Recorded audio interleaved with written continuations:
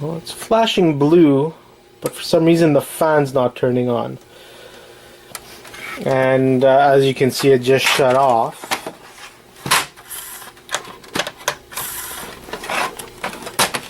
Not sure why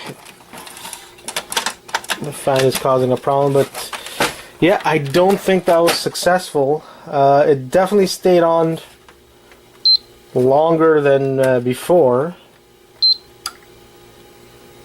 because before I would just press and it would just on and off and that's it.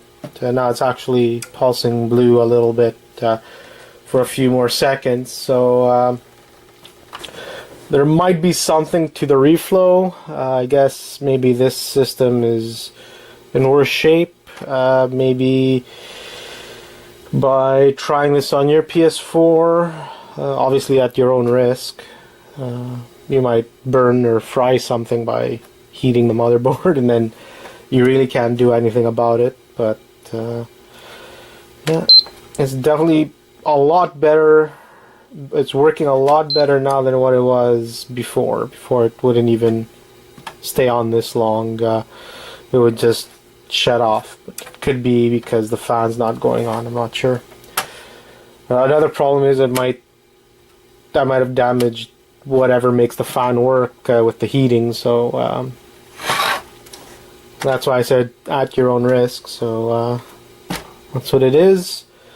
Hopefully this throws in another idea in the fix PS4 blue light of death and on and off issues these PlayStation 4s have. So best of luck to you, and hopefully I'll make a video where I get one of these things to work.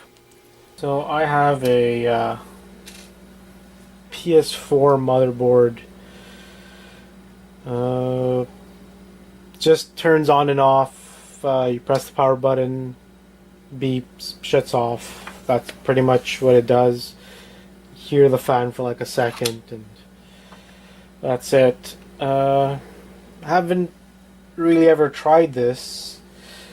I know with the PS3 you could use a heat gun and do what they would call a reflow, heat the chip, and hopefully whatever issue it's having, I guess with the solder and everything, you know, with the heat and everything, it would at least temporarily fix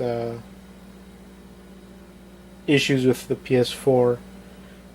I haven't seen any, I guess, test or people trying this on YouTube. So pretty much I'm doing this because I'm bored and I have this board that doesn't work.